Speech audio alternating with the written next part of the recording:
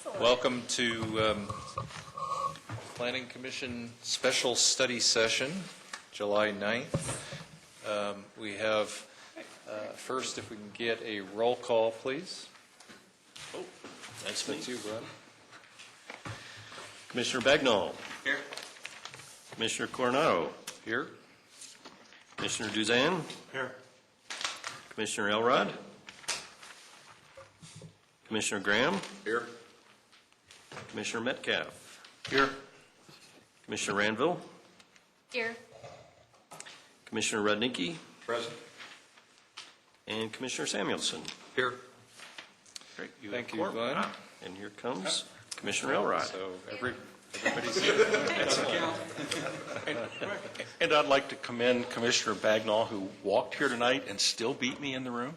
Hey. all right. Well done.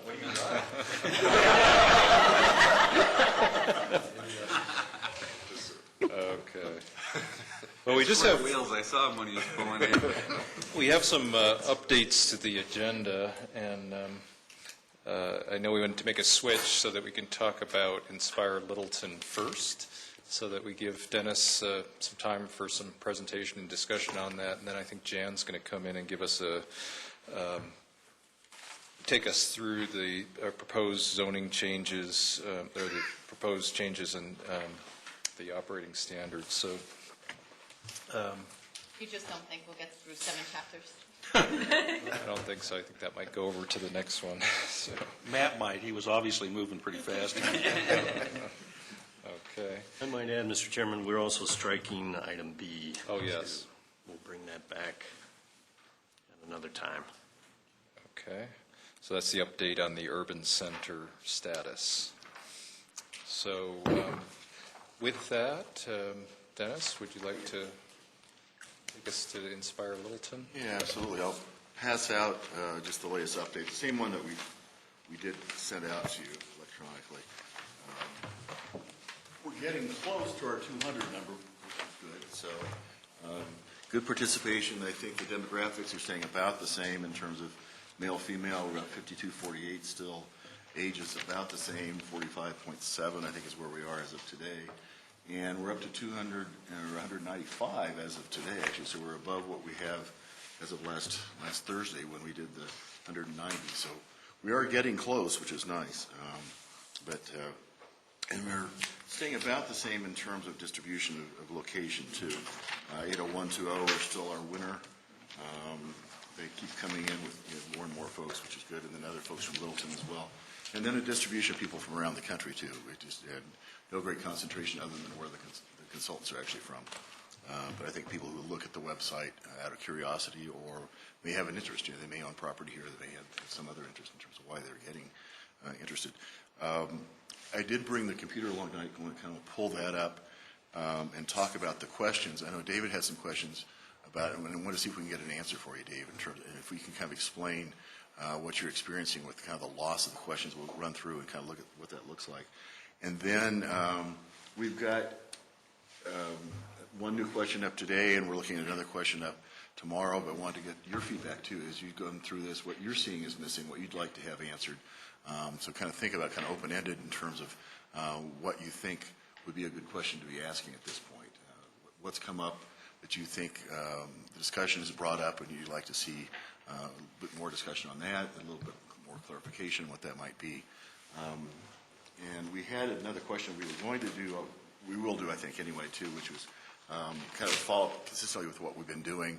The question we put up today was from the public forum that we did a week ago, and we'll do the same when we go out on the 24th, which is our next forum, which is the day after our next Planning Commission meeting. So we'll be out at Euclid on the 24th, and we'll have questions that night that we'll pose, and then we'll put those up on the website following that as well.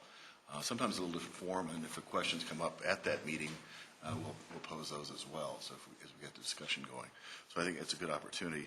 So consistent with that, the next question we would ask is, we were talking today about the different trends that we're seeing in terms of population and housing, and that was the discussion at the last forum. And so we asked today, what do you see as the most critical trends coming out of this for the future of Littleton? And then, the next question would be just, do you think the city should be actively involved with responding to these trends? And that's been a good question, I think, in terms of the kind of response we've gotten in other cases when we've had discussion about the city's involvement and participation. What's an appropriate role for the city with these different things that we're seeing? Is it a role for the city or not? So I think it's a good way to go.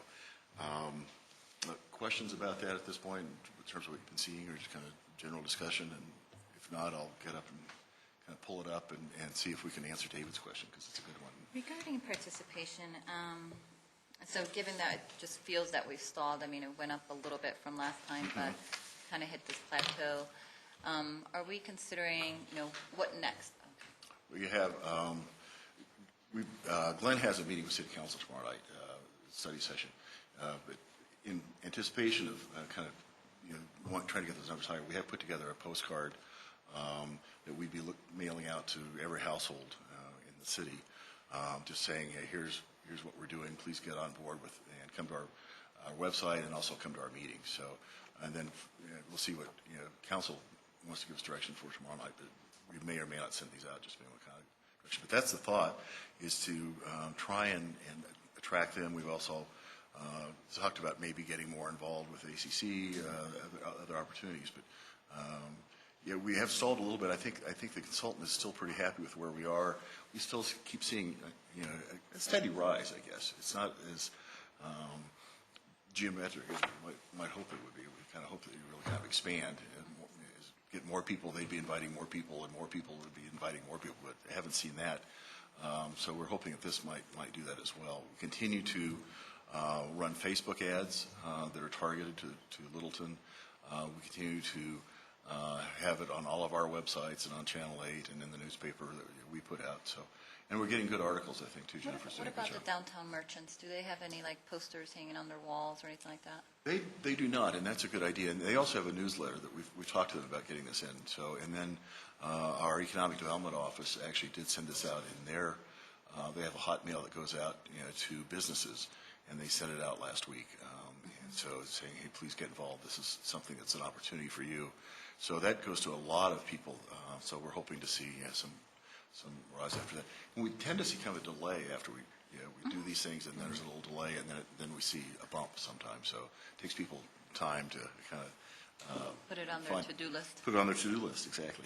I did see it on the Ralph Champ board on Broadway there the other day. Good. Yeah, they're great about this. I noticed that. Yeah. Yeah, that's very nice. Is the banner still up over Main Street? Or Banner's down. It's going up again one more time. We've got one other week. We had to compete with everybody else that had been signed up. So we have 2 weeks so far, and we kind of hope that other people drop off, but they're all good causes. So we also hope they don't drop off, because we don't want to lose any good causes. But if another opportunity arises, we'll get another At week. Littleton Station or at Mineral Station? This was actually over Main Street. No, I know that, but can we put something at the Littleton Station and then? Yeah, that's a good idea. We probably could. And certainly in the coffee shop, and I don't know if we could do anything with RTD. They have Can we a. put little flyers under windshields? Oh, I don't Not know. that I I don't know. volunteer, but How irritating do people find that? I don't Yeah, know. the provision that actually would prohibit that. Oh, really? everybody else does it. Right, I know, I find them all the time. Yeah, I like. Good idea. And to support where Karina was coming from, there's an old marketing adage that people need to see things 3 to 5 times in 3 to 5 different ways. Yeah.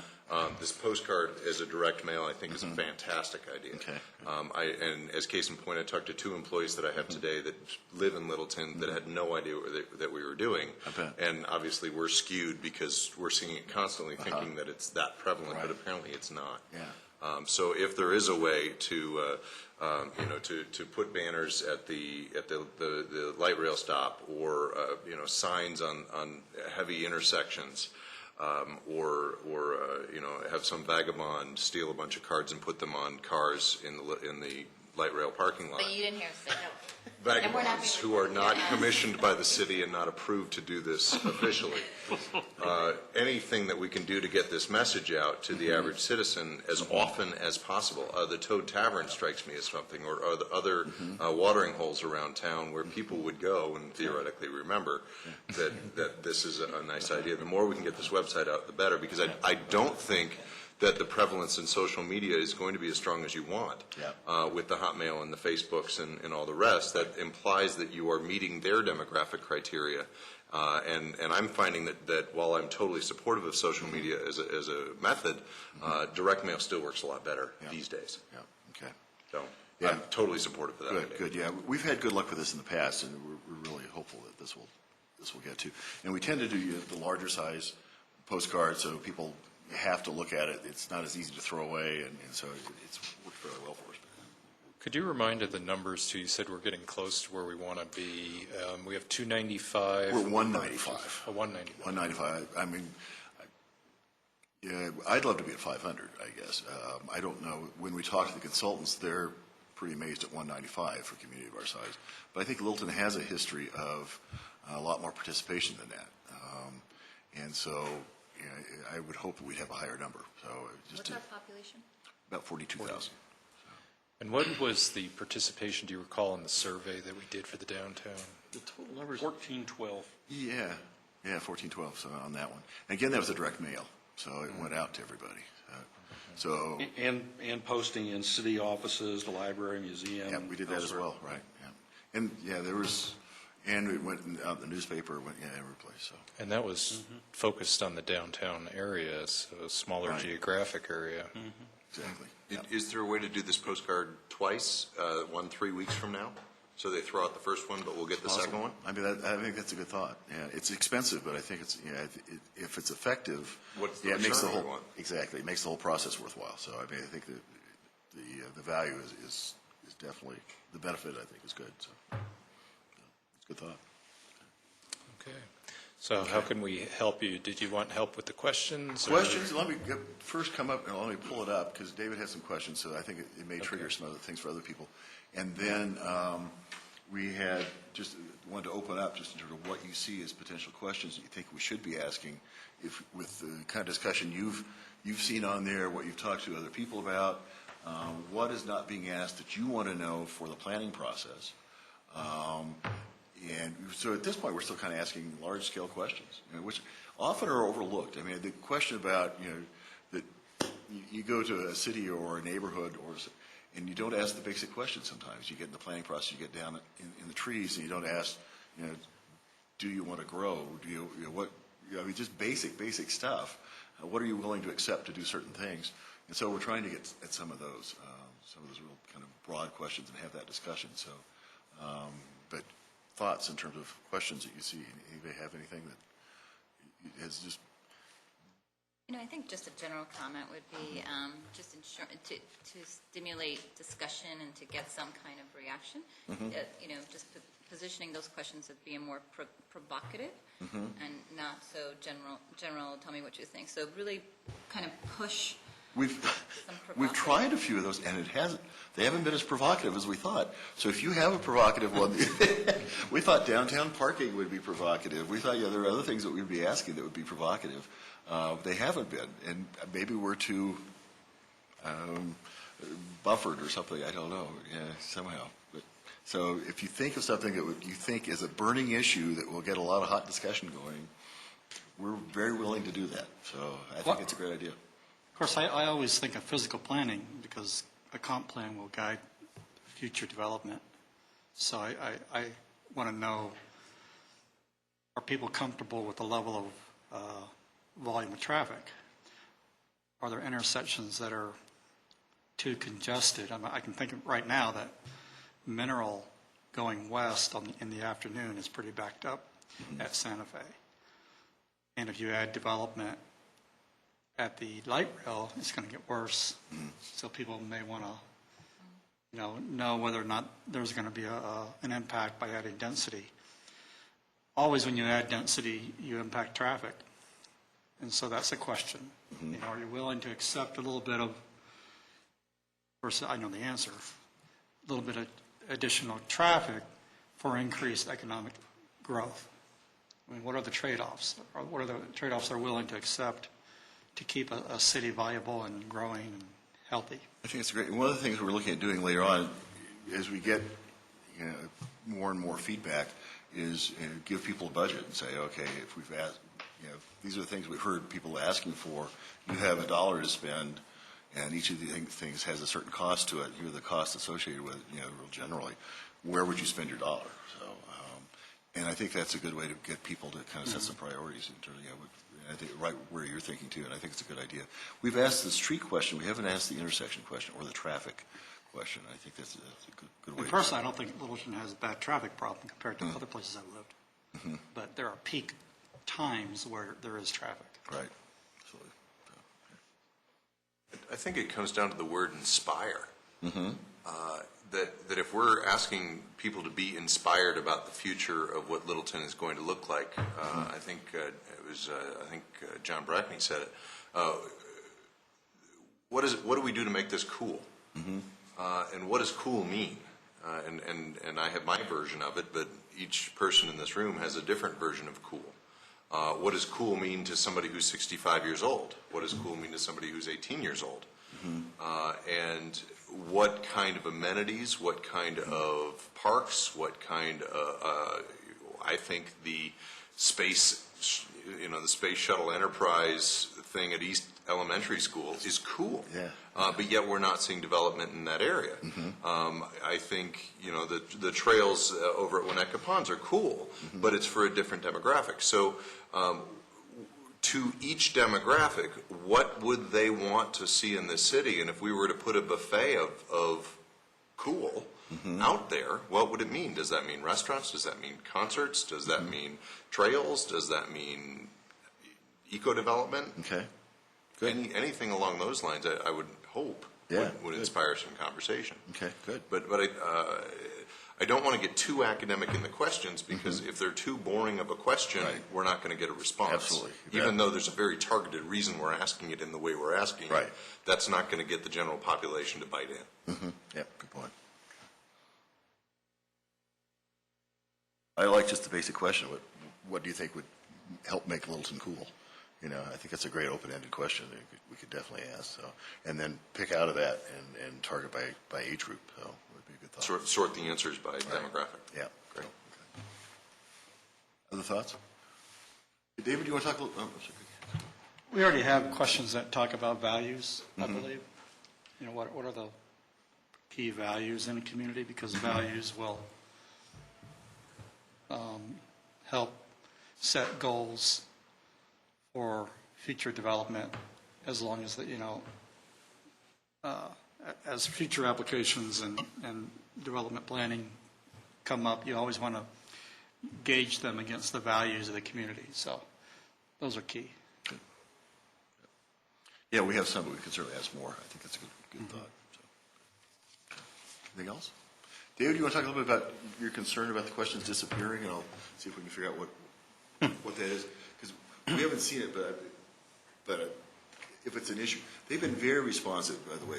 The consultants are great in terms of trying to work with us in terms of making these changes when we see them. And we really appreciate any comments you got, too, that we can pass on to them. Some things are just complex enough that they take them far longer to make the programming changes than we have, or cost too much time and money on their part. But they're very open to it, and they'll make any changes they can. And they need to know this. It's a young site. And so we're finding lots of problems. It's not intuitive, unfortunately. And if you think it's not intuitive on your end, just wait till you get to the management end. It's very unintuitive, and you're trying to add a question or do something else. Strictly from a logistical standpoint, not getting into where we're going with this, how successful it's being, and what we could do about it. But I notice where we do generate exchanges, conversation back and forth, the flow is virtually impossible to follow unless you're one of the 2 or 3 people who are making the exchanges. There is no clear, this comment was made, this reply came in, this other comment came through. There's no timeline. You can't follow the conversation. It makes it very chaotic for anybody else trying to break in and try and glean something from that they can respond to, because they don't know where the conversation really is currently. So if we could do something about that, make it plain, who is responding to which comment is trying to pick up a thread from somebody else, that would help. Yeah, I've noticed that as well. I think it's counterintuitive. I think you get the comments go in chronological order, and then when you get responses, they go in reverse chronological, so you're going to have to follow them back up again. The other problem is sometimes after a comment's made, there's a box down there for you to punch reply. Other times there aren't. So how you connect your comment as replying to all of the comments that are posted, you can't. You can only do select few of them. So it just breaks the continuity. So how do we capture the real essence of the ideas that are out there? If it's a thread in a conversation, and it goes off topic, there may be some great ideas there or some real issues that need to be identified in some cases. Is there anybody here who hasn't dealt with that in an email string where you keep these exchanges going, and then somebody takes it off, uses that same email, but they go off on a whole new topic, and you can't pull it back together again? This one isn't quite that complicated. Usually, they're at least addressing the same issue. It's just you can't tell whether it's 1, 2, 3, 4, 5, or 1, 2, 5, 4, 6, 3. There's just no flow. And you had a concern too about things. Was that what you're talking about when you were saying that things were missing or just disappearing? It's just that the flow is just... No, it's just the flow. I mean, I know we've gone through and we've archived some of the earlier questions, so they're not on there anymore, which may be a little disconcerting to somebody whose comment says, well, see what I said about this previously. People go through it and say, where? I don't see that. One, it's frustrating because we had some great comments as some of the things were going off, and then there's no response. I think something as simple as a time and date stamp suggestion on every comment that comes in at least gives you the ability to figure out what order. They've got the date stamp on it. It's the time that seems to be so the it problem. says July 6th, but it doesn't tell you when on Yeah, July you could 6th. have 3 different comments on July 6th. You don't know which came in and which the other 2 are responding to. There's just no sequence. And as I say, you can't always respond to a particular comment. Sometimes you get an option to reply to a particular comment. Other times, all you can do is just post a general comment, and it just stuck in there. Just continuing to think about how to get this out there. So just looking at these images, we have all these wonderful images of Littleton that go through the whole selection process for the calendar. That's, again, it feels like it's a base of individuals that we can reach out directly and say, hey, we want to put your image on Inspire Littleton. One, it's a way of contacting them, kind of unsolicited, but we're still contacting them, one, to get their approval to put it on here, two, then they become aware of what this is, and maybe they tell their friends, hey, go check this out, my picture's up there. Just a thought. We have, you can put your photograph or whatever on comments, and so we've had a few people do that, which is pretty cool. I think it's a great idea to have open this up to people. Were you going to show one of those strings? I wasn't, but I think it may be solved. I don't know. I could go through, but I think it's fairly clear what David was saying. Is there reason to go through it at all? It's understood what the problem is, and I think the most simplest solution and just what's commonly seen in other places is a date and time, so you can. Well, in both in chronological order, Yeah, should have some order. Yeah. Other thoughts? So along the lines of Andrew's comment where, what makes the city cool, is there an opportunity to ask a question and establish a bunch of precedent images on there that you could either, sort of stoke somebody's imagination, maybe there are other local cities, what Golden has done or what Arvada's done, or maybe it's a national example, but just to sort of give some visual cues to spark the conversation about what. Yeah, I think that's a great idea. There's maybe a related question too that we could ask, which is, what have you experienced in other towns or cities that you thought was truly amazing and you thought we've had some of that discussion, the town square and other things that people have come up with. People mentioned it. Dennis, I think you just said a great statement. What is it that you've experienced in other statements that makes that area cool? And I could be totally off in what I'm thinking here, but I think that simply on Inspire Littleton, that's a great idea. But also, as you're working with planners and developers and architects and people who are coming to you guys specifically on a day-to-day basis, and to say, could you take, since I have you filling out 17 other forms here, could you fill out this one that says, how could I make this process better? How could I make this cool? And see if you can catch them off guard with sort of if nothing else, a customer service survey right then and there. That these are the guys that are in the trenches trying to create community development. How could we get their engagement right then and there with that great question you just asked?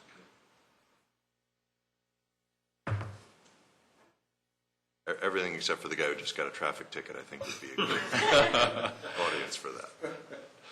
We don't get them too often. Traffic ticket forgiveness day, that would make Littleton Right. cool. Yes. Ignore this street. Other thoughts? The other thing along those lines, too, is, we do have some beautiful images up there, and it almost kind of lulls you into the belief that everything in Littleton is beautiful, and maybe it is, but if you could juxtapose an image of, say, the beautiful streetscape at Aspen Grove with a deteriorated streetscape of an old strip mall that's abandoned, that provokes your sort of like, well, maybe some things do need to change. I don't know how to do that tastefully. It would have to be consistent as well, but just a thought. And not irritate the property. One of the other things is advertising, perhaps even on the flyer, about the rewards. So to encourage people to continue to come back and engage in the conversation. So especially if we're investing in the money to send out those flyers, like even thinking about a second wave, that if the rewards were quite, depending on what the rewards, there's some rewards in there which are good, but again, getting it to the range of demographics, and I think giving a little bit more advertisement to that in whatever we put out there, I think might get people more involved to continually participate instead of just maybe put one comment in and then not continually come back. On the other hand, Steve B. is going to own the entire city if he keeps going at the rate. Something like that. Okay. Any other? Mark? Can I make a comment on this? Sure. This, to me, wouldn't get past the political pile that's going to end up landfill. It's a picket fence and a hedge. What is that? Do something like, okay, here's a picture of downtown Littleton in 1905. Here's a picture today, and then a third picture to get controversy going. Show Gotham City or something, just dead of night, I guess the point is, let's get some images that, And I'm not talking about the barnyard Littleton, 1905, 2012, 2030, if you want to just put a big question mark, what is it going to look like? How about a giant chicken posed on the top of the newly completed Shard building in London? Which way are we going to go? The problem is we're going to run afoul of the political silly season anyway. But I don't know how much time you got to maybe do something a little more, what's the word, interesting. Eye-catching. Okay, good. Distinctive. Get rid of the picket fence and the hedge. Okay. And the meticulous green lawn, by the way. That's not my yard. The back has changed completely, so that was just a draft that Chris put together. A sense of urgency, gang, you want a bunch of commissioners and city people doing the comprehensive plan, or do you want to say in it? Somehow get some urgency out there. That's not quite very urgent. When I first saw that, I just looked at it and it did not tell me to do anything. It didn't really inspire me to do anything. Of course, it says .org, but not everybody knows what .org means. It means there's a website somewhere. But it's not real clear that you're supposed to go to the website and participate in a survey. There's not enough information to guide me. It could be a service that provides restaurants or meals from restaurants or Yeah. something else. Could we get a picture of the melting pot going down a big drain or something, swirling around? Maybe that would spark some interest. Walmart in downtown, maybe we could. There you go. Right next to the town hall. That'd be good. Along those lines, too, I haven't looked at your card, but from this distance, there's a heck of a lot of words on the backside of that. Oh, yeah, it's a lot simpler now. I mean, there's still a lot of words, but it's a lot simpler now than it was. I'd go for a quarter of what you got. Okay. And bubble it down to go to little, take part in your city. We need your feedback. Mark's line of this is your home. What do you want it to be? And don't take my words, but as simple as 24-point font as you can get. I definitely like the idea of having the city of Littleton back in the 1900s, 2012, and then that question mark of what is it going to be? Like, we gotta let's ponder what that is. And Picture of downtown Dubai or something right next to Oh, it. that would be. Why not? Put it in. The shard, I think the shard would be. That would definitely get some reaction. Well, that's what you want, right? Reaction. Go online. But that picture is it doesn't say anything identity-wise to the city of Littleton. It could be a picture anywhere off of, clip art or something. So I think having something that's more identity-based will be helpful. It's also static. I mean, let's face it, there's an ongoing debate in this town, and has been for more than 10 years. Do we stay bucolic and everything the way it was for the last 2 generations? Do we change overnight to something, what was the word, or the phrase that Brackney used? Edgy, trendy, and cool. We need, however that's going to get resolved, we need people to recognize that it's a question that's active and out there, and we're trying to get to the bottom of it. Where do we come down along the spectrum in between? I just want to get beyond the, what I call inbreeding. With all the planning commissioners, we see the same reports. We start to talk alike, look alike, think alike. You got the staff doing the same doggone thing. You've got the city's, graphic artists kind of doing this. Let's jazz it up, mix it up, get an outside editor that's got some experience in getting some response to these things. Say, give me some editing. Boom. And that's great for stimulating it, but I still want to go back to the question that we never really clearly resolved to begin with. What is it we're trying to get from this?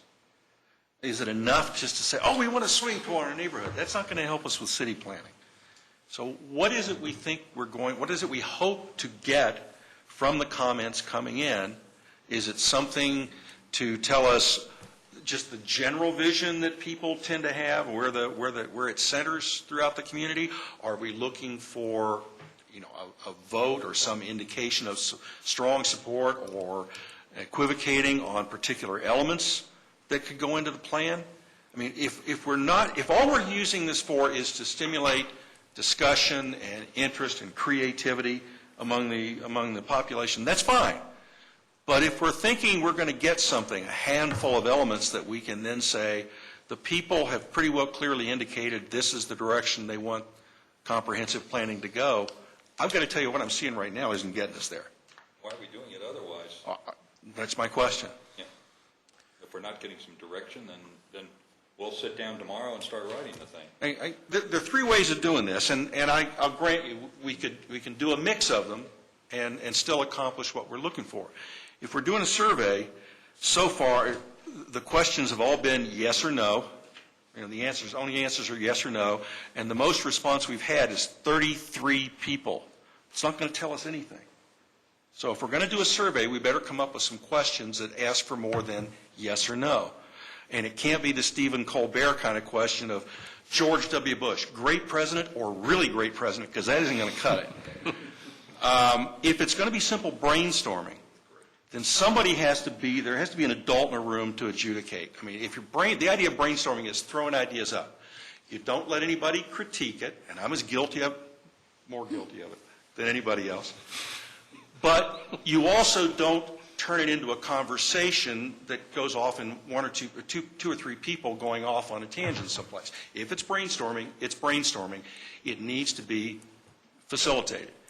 If, on the other hand, we're trying to spark ideas and then get conversation to see how people respond to them, to see problems that are complications that somebody would anticipate, and then somebody else say, well, you can get around that by this, then you need somebody to mediate the conversation. And right now, we're just kind of dithering somewhere between the three approaches.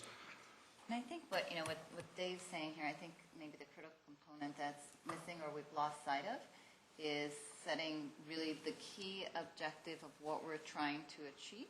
And there might be 3 or 4 different objectives, and there's different ways to achieve those through the site.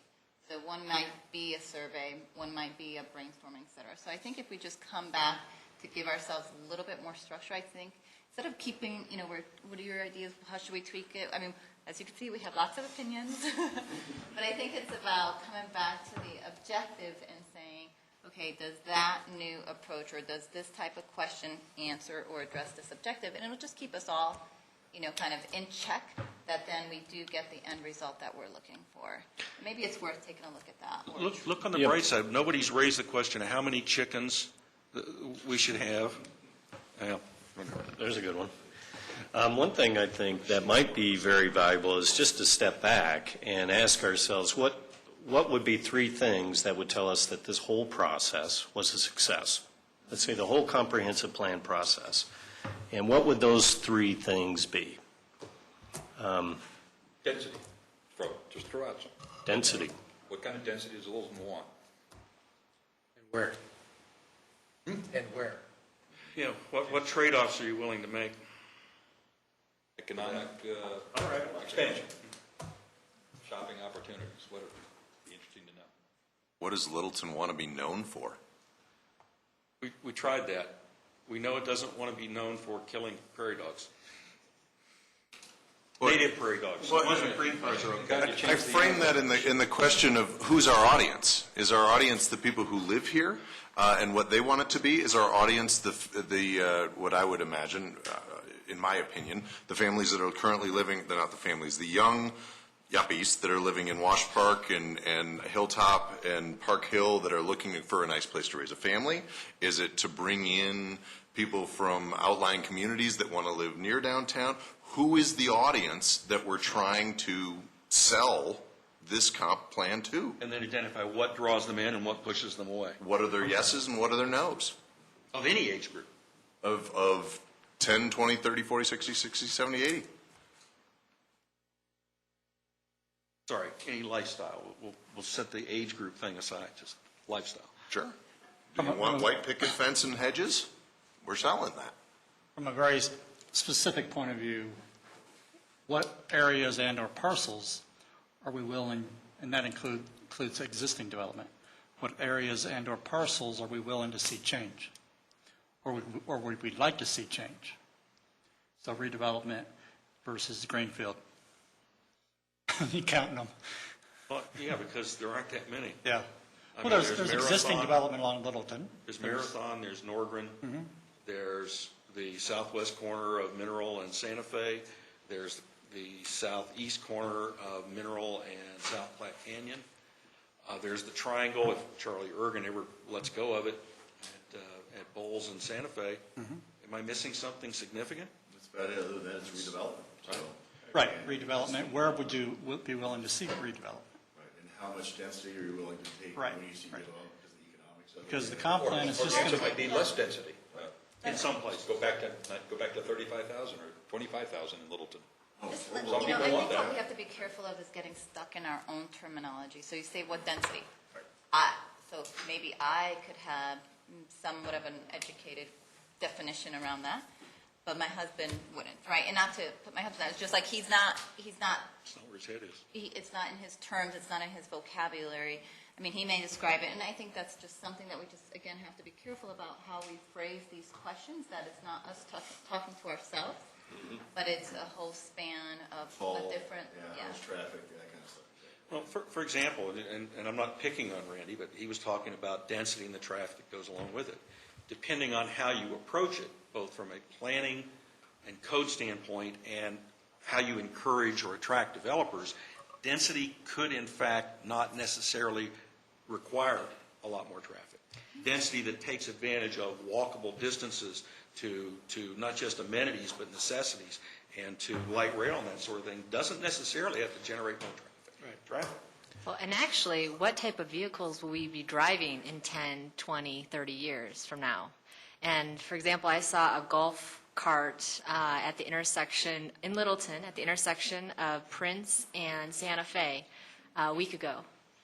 So it's just something to ponder. I mean, they take up a lot less space. So Of course, I have a 1957 Mechanics Illustrated says we'll all be driving hover cars in 1970s. It's hard to predict. it is.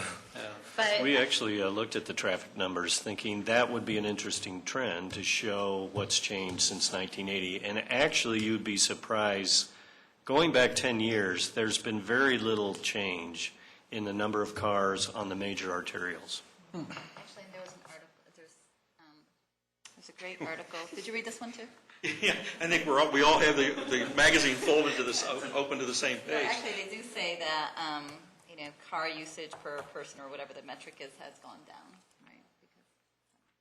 Because I think this was actually a really great and insightful article that we can. Recognizing that part of that, as far as not having changed it may not have changed for people, trips originating in or returning to Littleton.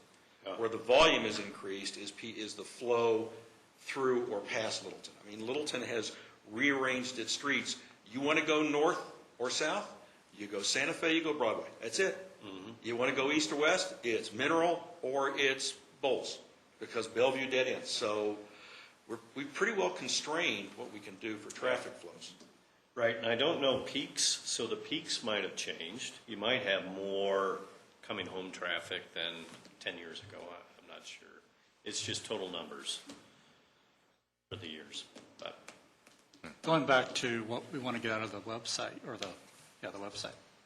I think one valuable thing that it does do is it's one tool in the toolkit of reaching out to the community.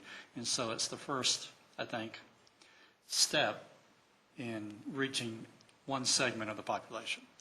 Now, how we leverage it and refine it and make it better is up to us and planning staff. But I think it does have a value, because I've never seen this in a community process. Usually the surveys are either mailed or handed out at a workshop, or people actually come to the workshop and do roundtable discussions. Whereas this is every single day you have an opportunity to see it. And so it's really a great way to begin to reach out and let the community know that if you want to get involved, there it is. We tried to reach everybody. And so we can at least point to it as a way of saying to the community, there is a vehicle for you to be involved. one of the really attractive things about this was their assurance that the number of people coming to your meetings will pick up. Now, we haven't seen that yet, and I keep hoping we will see more than a dozen people show up to one of our forums. But Well, Jennifer said we had a five-fold increase for there you go. That's the way you state the statistics. Infinite if you're comparing it to the number of Littleton residents who are in. Going back to Glenn's three sort of measures of success of this, I mean, just boiling it down to its essence, I think what's important is to get a broad or representative cross-section of the community that is participating as a tool, but that it appears to be representational. That would be one test for me. And then the other two items, and it may seem at the risk of being too general or broad, are what do you like? What would you like to see more of? And what don't you like? What would you like to see less of? I mean, those are the two main questions. Understanding that, as with the written survey 3 years ago, it's hard to ask the layperson technically, specifically, what you should do. They can tell you what their vision is, and the vision may be everybody with their little 2-acre nice house, but enough density so that you don't have a lot of traffic. So at some point, the professionals have to step in and say, okay, you can't have all three of these things in equal measure. Something has to give. You don't have to do that up front, because that squashes contributions, creativity, imagination. But at some point, if not in the public conversation, then once we've gotten our arms around all this feedback, we're going to have to sit down and publicly acknowledge this seems to be what everybody's saying, but here are the conflicts that are inherent in that and the trade-offs we're going to have to get into, and then discuss it openly in these meetings. Yeah. And I think this will be a good tool for that as well. When we actually get down to writing objectives and goals, this is a good test here. Well, and to that, who are the stakeholders? So this tool specifically targets community at large as people, and I may be too narrow or too broad in my statement there. But who are the other stakeholders? Stakeholders are people who have businesses here, people who own buildings here, people who own homes here, people who live here, people who are thinking they're going to live here, people who have raised their children here and have left, people who are looking for a place to retire. So I think just a brainstorming session to map out all of the potential stakeholders, and then from there, what are their criteria? What makes it a good place for the best place to raise a family? What makes it a good place to retire? What makes it a good place to be 22 years old? Each answer is different to each group. In addition to waving this magazine around, as we all seem to have, I'd note that Peggy Cole posted some notes from the CML conference that talked about two things that we probably should at least look over sometime soon. One was about community discussions comparing their approaches to the problem of aging in place. How do you make that work? And the other one was, how do you involve younger people actively in the community so that they don't figure I'm going to get out of here just as fast as I'm old enough to vote, drink, and buy my own house. Anyway. Luckily for us, it's taking them a lot longer. In that order. Yeah. Okay. Drink or buy your own house. Okay, well, I know we have a lot more on the agenda, so should we? You think? Should we? This is more fun. Was there anything else? Do we have a vote on that? I think one of the things I want to point out is where we have that question on about housing types, 20s, 40s, or 60s. Right. It could have been, it could still be productive, but I think one of the first stumbling blocks we ran over is what we mean by that. Some people thought we were trying to pigeonhole age groups into a particular housing type or a neighborhood type. I don't think that's what we were looking for. We were trying to get a feel for individually, how do you think your needs or wants are going to change, so we can get a complete picture. Yeah. Okay. Well, that was I our don't think goal, that came actually. through very clearly. You're right. It is to walk in someone else's shoes. Think 20 years down the road or 20 years back. What was attractive to you? But I think we need to do a sanity check on questions like that to make sure that after we've written them down, or staff's written them down, or Mind Mixer's written them down, we just put them on a table with a half a dozen people and say, okay, if you were coming into this cold, how would you read that? How would you respond to that? yeah, yeah. Well, can you just simply correlate that with the age of the participant? In other words, you're going to ask a question like, what type of housing appeals to you? And then it's correlated with the age of that person. I mean, do you have that data available, or? I don't think we can We do don't have that. it directly available. Mind Mixer can get it for us, is my understanding. Okay. They can go back and pull that out. So it'd be a little bit of work to chase that down. Yeah. That sounds familiar? But look at some of the comments that have come through. And I think what you're going to find is all you're going to get is an overlapping flow chart of how individuals see their own needs or requirements changing. And they aren't going to all follow the same pattern, no matter what their age group. So it's going to be subjective, and we're just going to have to live with that. That's a good thing. It's better than saying, most 20-year-olds want to be in an apartment, most 40-year-olds want a four-bedroom, a house with three-car garage on a half-acre lot, and most retirees want to be in a swinging singles place, I don't know, whatever. I think what we're going to learn from that is how people see their lives and their life needs evolving, and that'll do us more good than the numbers. And to that same end, put the questions in their language. If questions like density and questions like traffic flow are great for planning commissions.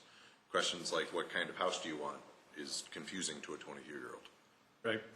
And it We could use pictures much better. Yeah, pictures are good, and sometimes it takes background, sometimes we have to write enough background that they've got that to kind of respond to as well. Takes some imagination. If we lose this conviction that we have to be able to put it in metric boxes and just say, we want to hear people briefly explain to us how their life situations have evolved or how they're anticipating them evolving. That's going to do us more good than how many 20-year-olds want to be in an apartment versus a single-family house. That doesn't mean anything. Get a feel for how they see their lives changing. Okay, so next steps, Dennis, some of the questions will be updated when, fairly soon? Or? We continue to update, and you'll notice there's a timeline on each one. And so we had a huge number that came off just because we put so many on initially, a lot more than typically is put on. We typically would just be doing 2-3 every week, and then they'll keep coming off, and that's the order. So. And the next Inspire Littleton public meeting is the 24th at Euclid. Okay, so everyone out there in TV land, be sure to come visit. Please come. Okay. Shall we move on to the next agenda item? Jan, you have to make it as interesting and exciting as that discussion was. Well, in the annals of zoning ordinances, we're the first city to ever make our ordinance smaller. So That's the plan. it's pretty amazing. Yeah. We reduced the print size to 9 points. Appendices. Well, secrets. Maybe I can make a few introductory comments because you do have quite a wad of paper in front of you. And this was a project started, well, actually, I think the Downtown Neighborhood Plan has something about looking at barriers to development or something. And then Council's Goals also has a similar requirement. The formality of a development review committee is something very new to me, coming from another place and working in several different cities with community development departments, where a lot of the simple decisions are very formalized, and that's what we really wanted to remove. And I think I mentioned before, the development review committee is staff. It includes me, the community development director, the economic development director, the city manager, and the public service or public works director. And us four, we actually have to drop the gavel on a number of decisions, including recommendations that come before the planning commission. So we thought that that's a bit of a barrier. We'd like to kind of streamline that, reduce a lot of the paper out of the code, and put a lot of the responsibility back in the Community Development Department and Planning Commission, where normally these kind of things occur. Some of the things that we've seen, and Jan's gone through the whole code and pulled it out of about 16 different chapters, but it appears to me since 1970, when the system was created, anytime there was a difficult decision to be made, it was thrown to the Development Review Committee. Everything from, again, making a recommendation on a zoning case to a commercial fence permit and what that looks like. So I think this will help quite a bit to make things happen quicker. And then I've also seen the process, yes, it's in the code, but we can kind of hide behind the code, and those are the rules. We can't change it. If it's vested in a department and people aren't happy, they complain to their council, they complain to their commissioner, they complain to the city manager, and we make things happen. So I think it makes us a little bit more accessible and answering to the customers as well. So what I have done here is just to keep everybody on track. Is there a button?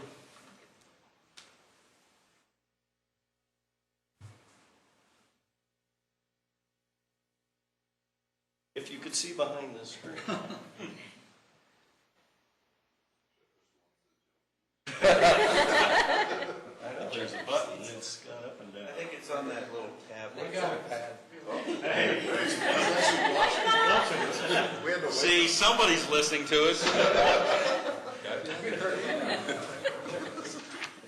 People getting nervous. Don't push the red button. There we go. The unveiling. You know you're all really. He was watching the demographic numbers dwindling as people So got bored. this is really our goal, is how to excise the Development Review Committee. And you're going to see a lot of things that you say, what if we change this? And that's actually why I created this issue list, which I'll write here. If we come up with a good idea, rather than get bogged down on it, I'll write it up here as a future parking lot or things to do in the future as we finish to go through the code. But this is something that's kind of a top priority, well, with staff and council, and so it's a lot of paper. We'd like to just stay on track if we could. I don't know what that means. Excising, removing. Sounds so much better than snuffing. Is that the correct word? Yeah. Sounded good. Yeah. So, once we discuss these and we understand the ramifications of excising, just a procedural question, will the whole zoning code come back to us for review and approval at some point? we'll get through these two study sessions. I think we're doing half the chapters tonight and the other half in 2 weeks. And then we'll bring the whole thing back for your formal approval for this. Yes. We're doing the study sessions to kind of go over the meat of this. Speak into the microphone, please. Now that we have them again.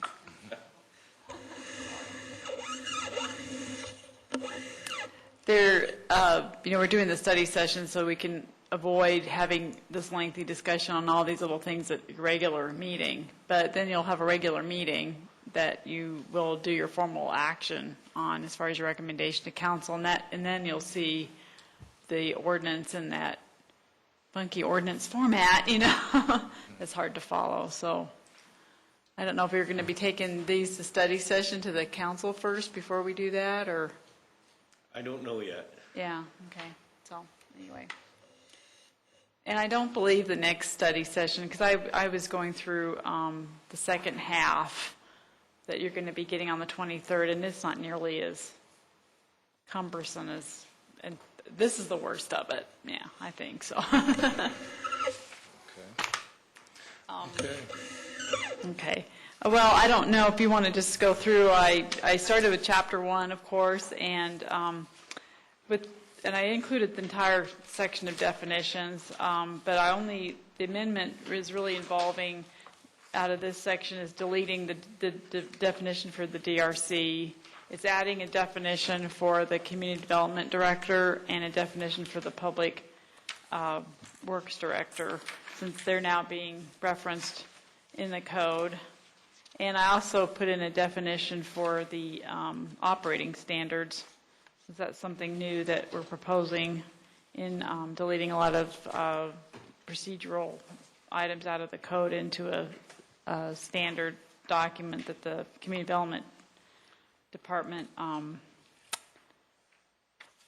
holds.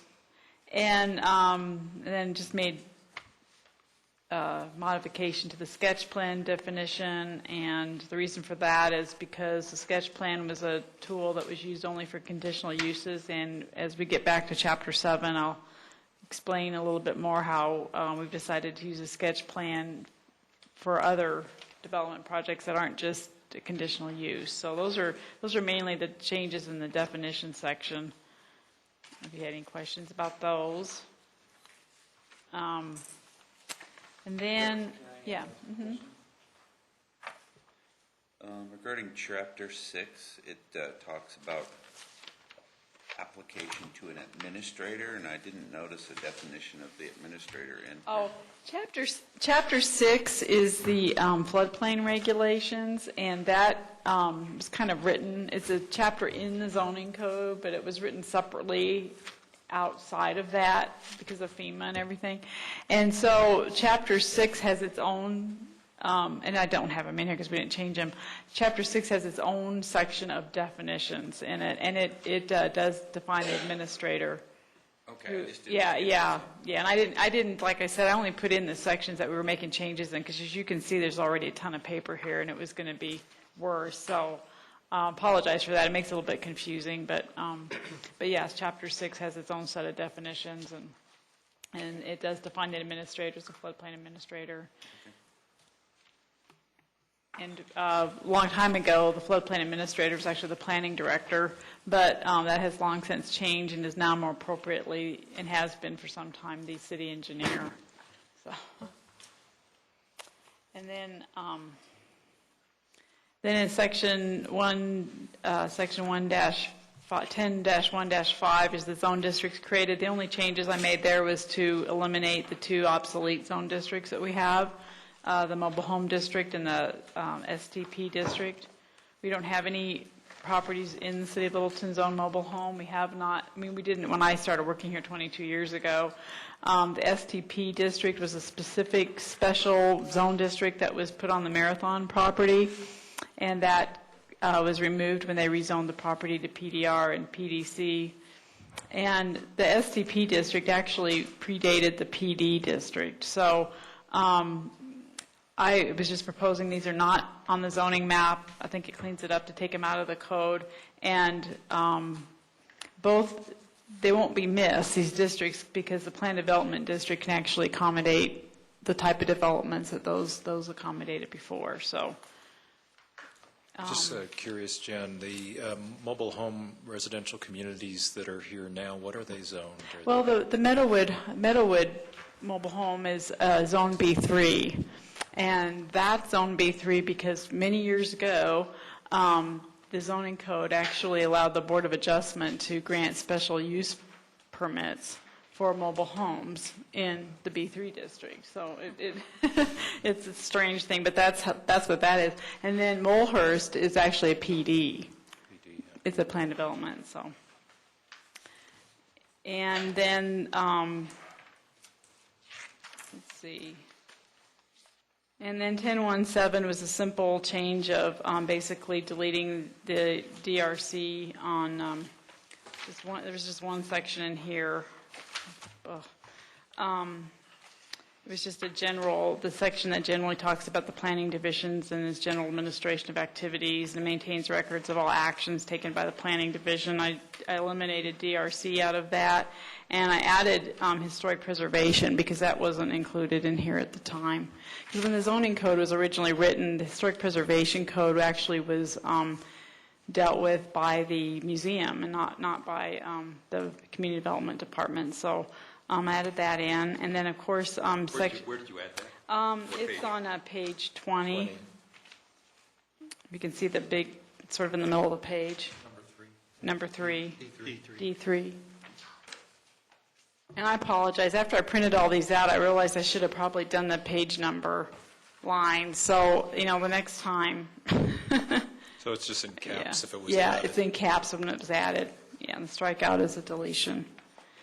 And then Section 10.1.8, this was an easy one to do. This is the section that establishes the Development Review Committee, and it lists all the different duties that they had, and actually it was valuable for me because I was able to use that to cross-reference where all these were located in the code, and then some. And so that's, of course, all deleted because I just dealt with the changes as we came into the different sections of the code that dealt with these different items, whether site plans, fences, whatever. And then in Section 10.1.9, I can't remember that. Like I think I explained before, I did delete the reference of DRC quite a few times and substituted that with city staff because city staff would review these projects that come in. We also made some changes with taking some of the, like the application requirements and the posting requirements and all the details of the language that has to be on the posting sign and all that kind of detail. I eliminated it, proposing to eliminate it from the code itself and put it in these operating standards for this department. So a lot of chapter 1 that talks about the process, you see a lot of strikeouts. It's a lot of that information was moved over to the operating standards. Now, I don't know if you have any questions on this. It's kind of, as I provided you with clean copies too, because it gets kind of hard to read some of these with all the lines and the caps.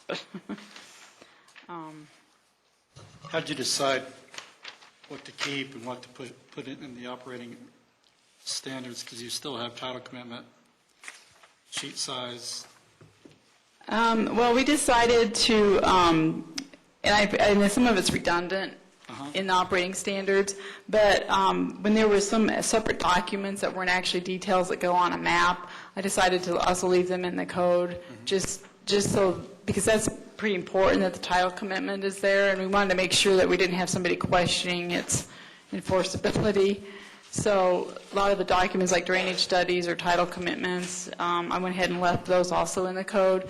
But, I mean, the code right now has 25 by 36 inches map, and then it lists the 30 different details that need to be put on the map. And so that's, that seemed to be appropriate to put that kind of detail in the operating standards. But that's why we did a little redundancy there. I want to follow up on that because I actually had the same comment. So in those cases, you actually have it in both places? Yeah. Because in the operating standards, I try to prepare a checklist for the applicant so that they have an easy way to check to see that this is what I need to submit. So that's why it's redundant that way. I understand, why you took that approach of here are some very important documents that you want to make sure that you address, but I think I actually am a big supporter of the operating standards. I thought that those were very helpful, and this becomes the one source manual. So I'm actually in favor of, if it's part of the process, it goes here, and that way you really keep this clean to rules, definitions, etc. And then everyone knows this is my then operating manual. Otherwise, it begs the question to, okay, I saw it here, is it also here, and did I miss something? And then you just create that need to kind of double check. Okay. An opinion. I'm going to follow up on that, and I pretty much said the same thing 2 weeks ago. I appreciate the ability of pulling that out, and you've done a great job in reducing this to something simple. I'd still like to see it beta tested with a couple of developers or something, get their reaction on how well it's going to work for them. My only concern is by taking it out of the code, it makes it easy to modify it without having to do an ordinance change. Now, that's a good thing to get rid of a lot of the piddling little bureaucratic roadblocks, which is our goal. But to the extent that it could remove predictability and leave the process subject to inequitable treatment, it's not so good. So I think I'd like somebody who wasn't involved in putting it together to go through and say, okay, where could this be abused by taking it out of the code and making it subject to staff, forgive me, I don't mean it as a pejorative, whim. Doesn't this become an inherent document to this because it references it as the source of your operating procedure? So, and maybe it doesn't follow the same rules, but maybe what we're asking for here is we want some sort of governance over the modification of the operating process. Yeah, I'm just saying that staff said the idea was to take it out from under the ordinance so that little administrative things that seem to be getting in the way, or for that matter, a change in format of document submittals, that sort of thing, could be dispensed with over time. That's fine, but you also leave all the other rules in there capable of being dispensed with. So if it's not going to be part of the ordinance, staff can change anything they want. I'm just saying somebody ought to take a look at that and make sure that this is not just streamlining, but it's also maintaining objectivity and predictability and equity in the process. Just a caution. Do you see anything specific in there, Dave? No, I that, don't. I'm just saying, have a couple people brainstorm, look through it and say, okay, let's take a worst case, somebody has it in for somebody else, or that they can make the case. I mean, let's face it, I don't care how carefully you write the rules, it's always subject to somebody's personal interpretation. Oh, well, in this case, I don't think it's this, I think it should be this. It's happened here over the last 6 to 8 years, repeatedly. So I'm just saying, let's do a sanity check on it. Have somebody outside the process look at it. Maybe that's part of the beta testing. And say, okay, I've been through the process with the city 5 times, and most of the times it's been really great. They've been straightforward, they've helped. But here's where I see an opportunity for problems. Well, part of the pre-app process will be for staff to say, this is what you have to follow. And that'll be one step of handing it to them and saying, this is a document you need to be aware of. Yeah, and I think our intent was the paper size is a good one. I mean, what if we go to electronic submittal? Now we've got a code amendment, and, I mean, it's... A number of copies. That's administrative stuff that doesn't need to be a code issue. Right, right. I just have not clerical. On page 24, it says current title commitment. On the final site development plan, it says title insurance. I assume that's the same thing. And on rezoning and other places, it says proof of ownership, including current title commitment. And so there's 3 different places. I think it's all the same document that is written in 3 different ways. Oh, are you referencing the operating standard? The operating. Yeah, with that, what I was planning to do was have, because if somebody's coming in just doing a rezoning or not a site development plan, I wanted them to be able to look at the rezoning section, and this is the checklist of the stuff I need to submit. And so that's why I'm a little redundant on the application requirements, because I was trying to separate them so that if somebody's coming in doing a site development plan, this is the list of the things they need to submit, and then they don't have to go back and look at another rezoning that's what I was Just saying, if it's the same thing in all 3 places, use the same term. That's all. Right. Is that what you're saying? Yeah. Okay. Is title insurance the same as a title commitment? So somebody doesn't get the idea that you're looking for 3 No, it different isn't submittals. actually, but Okay. title insurance is not the same. It's actually what follows the title commitment. Okay. So I just didn't know if those were the same, if they needed to be titled the same. If they're different, then... Okay, yeah, they're different. Okay. I've got a couple of things I wanted to raise. I understand the idea of using the sketch plan when it can be simple. Let's keep it simple. I've got to tell you, as I look through the list of submittals, I don't see the list for sketch plans being that much less than for a conceptual SDP. Am I missing something? It looks like almost the same list. Oh, we're on that. And I certainly don't want to push anybody into giving up something that either the staff needs for full evaluation or something that has to be in black and white so nobody can equivocate about it later. But it just looks like if the goal is to substitute a sketch plan for the SDP and they have the same list of requirements, are we really there yet? Well, there's 2 things. I mean, the one thing that makes the sketch plan less onerous than an actually SDP is the process. I mean, the SDP, when somebody's required to do an SDP, a lot of other things kick in, like off-site utilities and, sidewalk improvements, a lot of improvements, whereas the sketch plan process doesn't involve all that. I put on here that the sketch plan shall generally meet the following requirements. I mean, this is the bucket list of what the worst-case scenario would require. Depending on the project, it may not be necessary for some of this information may not apply. But this gives staff some flexibility in applying the appropriate items here for that specific case. I like the check boxes. Because sometimes we need all this information to be able to evaluate the project correctly, so. I know, and it's hard to sit there and say, it ought to say this, it ought to delete that, but I get nervous in terms of future complaints of inequitable treatment when I see phrasing like, there may be certain circumstances where certain elements may be required. And then it talks about, which generally shall meet, it opens up a lot of latitude for somebody to come in and say, I got run through the mill and had to do this, that, and the other thing, and I know this other guy just got whizzed right through it. How do we tighten that up? You're never going to eliminate the chance of that happening, but how do we tighten it up so that we reduce the opportunities for something like that to occur? You know, just from the legal perspective, the rules are mandatory and they're in the code, and we do want flexibility in the operating procedure, and that's a generic statement overall. So they should have a great deal of flexibility in here. If not, they would be in the code book. But if you have more specifics with respect to sketch plans, then certainly. No, I'm just asking the question. How do you reduce the chance that somebody's going to claim they were treated more strictly than somebody else? Right. And maybe it's changing it to, here are the list of standard requirements. Staff may waive certain things if they're not.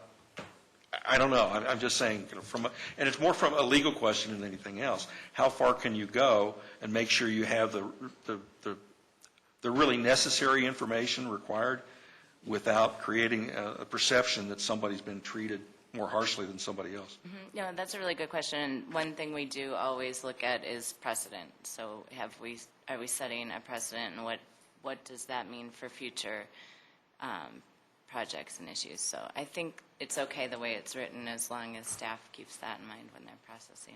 Well, and perhaps we put in an example of what might not require a drainage report or a soils report or whatever it might be. I'm just trying to think how to illustrate where that flexibility might occur.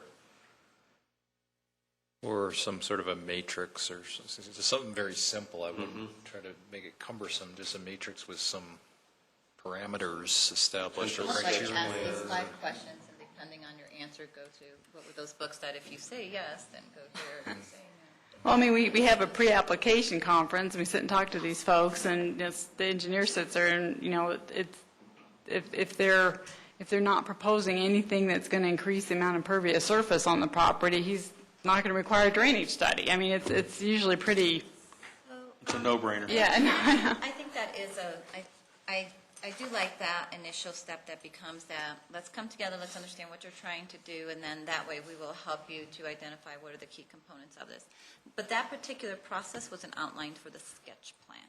And should it be? Or maybe I missed it. And maybe that helps, kind of. I could add that in. No. I was trying to keep the sketch plan an informal process, but, usually what happens is that people, and I could actually add it in because in all reality, it's what happens. People that come and they ask about, they want to do this or that, and we end up having a pre-application meeting with them, and that's when we sit there and decide, well, they don't really need to do a site development plan. And I've had this happen many times before. Like, for instance, one of the buildings that was just redone down on Curtis Church Street. They came in because they want to do this and that, and is it all right? Do we need to follow any kind of rules or regulations or whatever? And they technically didn't meet the requirements to have to do a site development plan because they weren't adding on to the building, they weren't tearing the building down. The use was the same as had been there before, but they had the architect to put all this stuff together, but there were some things they had some questions on with the building design and some of the landscaping, and they had some issues that they had to deal with the sidewalk on the side. So they already actually basically had this plan already put together and went through for sort of an informal review process with the staff just to get our feedback and input. And then we've also had some apartment buildings up in the northeast neighborhood that were being renovated on the inside. They were improving the exterior facade of those. They were making some improvements to their landscaping and correcting some drainage problems on the property, but they weren't doing anything that required a site development plan. But they needed some advice and help with engineering and planning and landscaping to fix the property. And so their architect had basically already put this together before they even came in to talk to us. And so we went through an informal process with them to give them feedback and help with what they were doing. And so that's what gave me the idea that, well, maybe we should just go ahead and, since we kind of informally, off the record, do this with people, make it just part of the book here, so. And what I'm hearing from you, Jan, is there's already something you and Ernie and everyone else that's involved in this is going to to these meetings with a list of questions that essentially you're asking them to get an understanding of what they're trying to accomplish. So it also sounds like there's an opportunity to create some sort of checklist or something that said, that already has these questions, so they're already coming prepared and saying, okay, if it's 1 through 5, then that means a sketch plan. If you're doing X, Y, and Z, then that means a site development.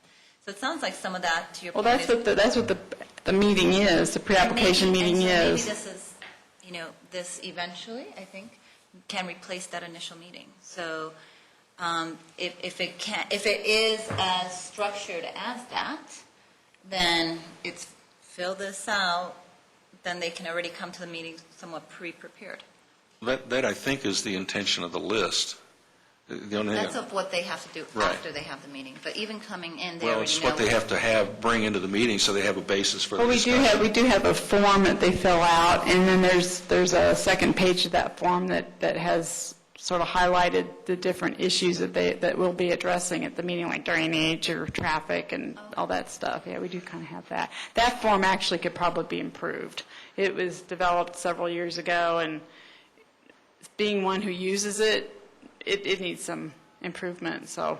I'd like to keep moving through this document. I wonder if this is an issue that's important enough to put on the issue list to revisit sometime in the future. Or, I don't know if we've got one little other quibble on that. When we're talking about, on page 4, about the pre-application conference, I think I know what you're talking about with the last sentence, Jan. The applicant will be notified at this meeting of the additional process requirements, if any. That kind of implies that, wait, we may come up with some new requirements that weren't on there. I think what you mean is any missing requirements. Where are you? Page 4, pre-application conference. No, yeah, well. The operating standards. On the operating standards. Right. Oh, okay. It just says the applicant will be notified at this meeting of the additional process requirements, if any, that will need to be completed.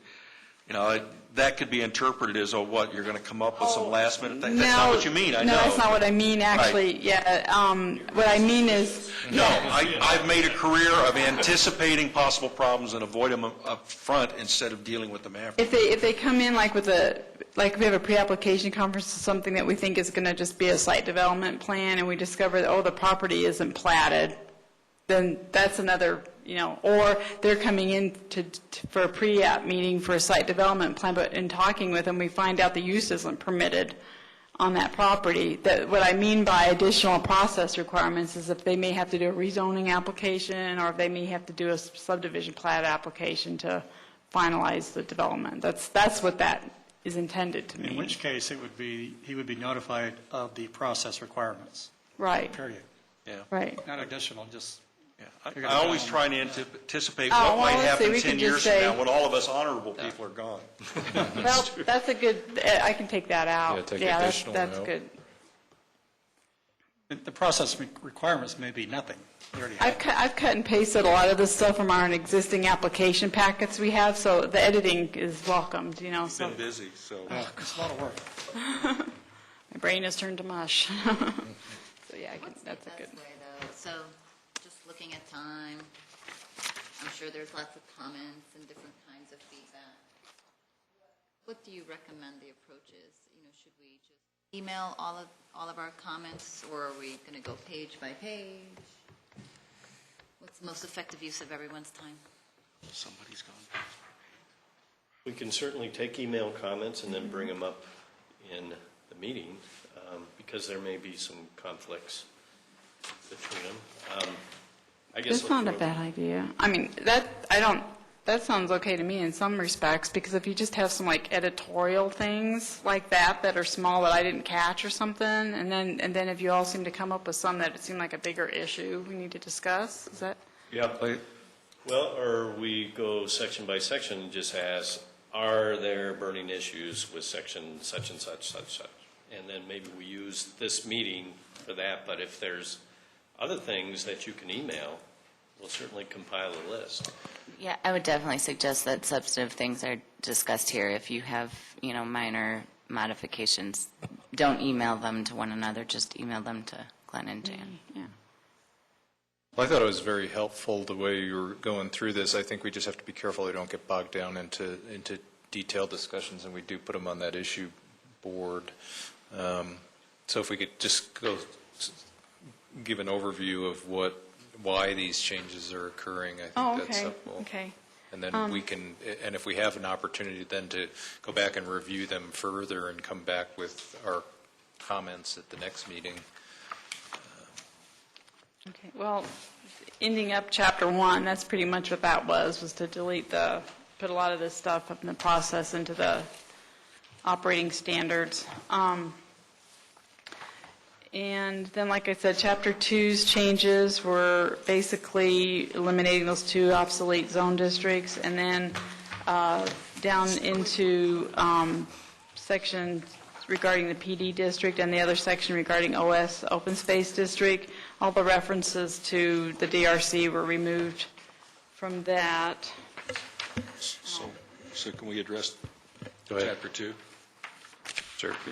My big question on removing the obsolete districts is, right now, the only place you can park a mobile home is in the MH district. So short of rezoning to do a PD something or other, how do we deal with that? And really, in the same vein, right now, the STP zoning has different metrics for a research park than are allowed in either the industrial park or the light or heavy industrial zoning. So how do we have to modify those zoning requirements to still permit the kind of either mobile home parking or research Well, park? you could zone them PD, and the PD plan would address the mobile home park like it does for Woolhurst, or address a scientific park like. Should we really be forcing them to do that, or could we modify the other zoning where we would anticipate allowing mobile homes or encouraging or allowing research parks?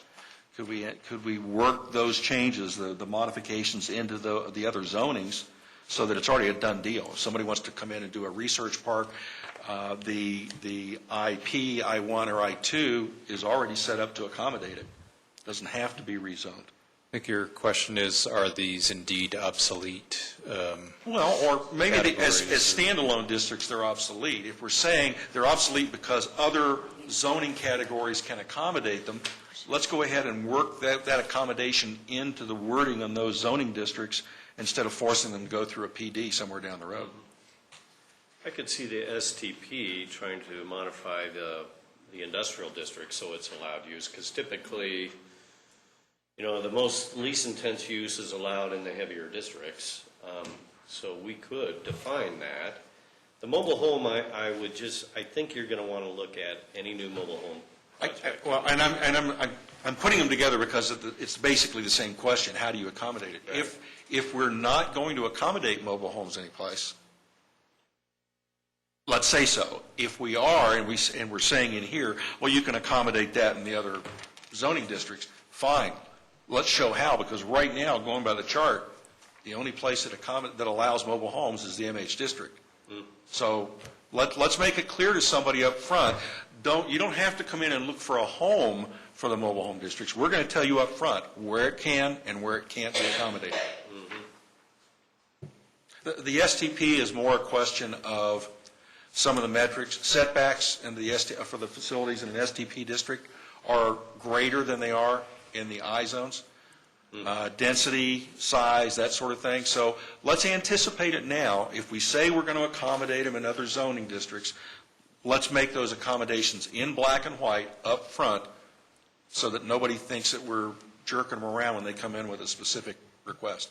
Well, this is what maybe I suggest, that maybe with this sort of housekeeping type ordinance, this is maybe not the place to try to address that. Maybe you should just go ahead and leave them in there and leave them alone and put that on the list of issues to look a little bit more closely into before taking them out? Is that? Well, the better? creative part about what you're saying, about incorporating them in other districts, is it makes it easier for somebody to come into the city and say, I've got this research facility I want to put in, I only see 2 parcels that are zoned STP, where else can I go?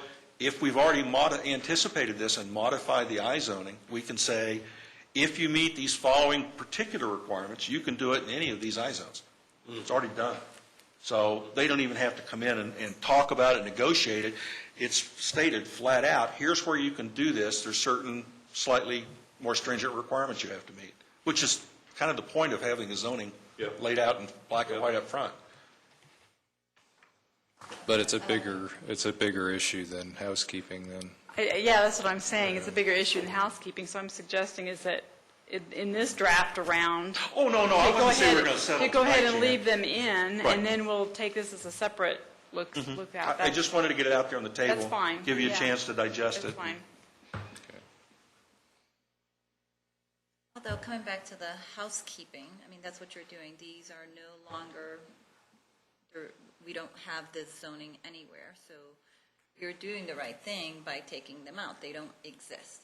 What we're not solving for, and what I think we should make sure we solve for, is then where do they belong? But I think from the approach of saying housekeeping, take them out. They don't belong here. They no longer exist. What we need to then make sure we don't drop the ball on is, putting this language around, for this use, it's in industrial, et cetera. Well, I'm just suggesting that even though we're housekeeping, I'd go ahead and keep them in until we get them addressed. Yeah, get them addressed. But I think your thinking is good. I mean, if we have nothing zoned MH or STP, Yeah. they don't do us any good incorporating But you the- put more thought into it than I did as far as taking the STP district out. I didn't really, I think, well, it could just be a PD, but you have some good points about, adding that into those it. threads. Yeah, so That maybe for the time gets to being. the point of permitted uses. So in the industrial, you would add a permitted use of technical park or whatever, research park, and then you have to address how do you design for it within that district. And that's a bigger issue. Mm-hmm. And that's really my concern, I guess, with the mobile home park is they have changed so much that I think you're going to want to see a new plan if somebody wants to create a new mobile home park. And through a plan development would be the way to go versus create a whole new district that's then antiquated by the time one comes in.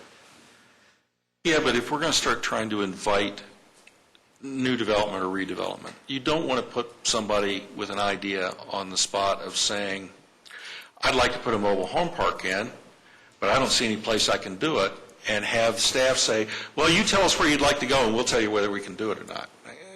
There's just something about that that's kind of off-putting from a development standpoint.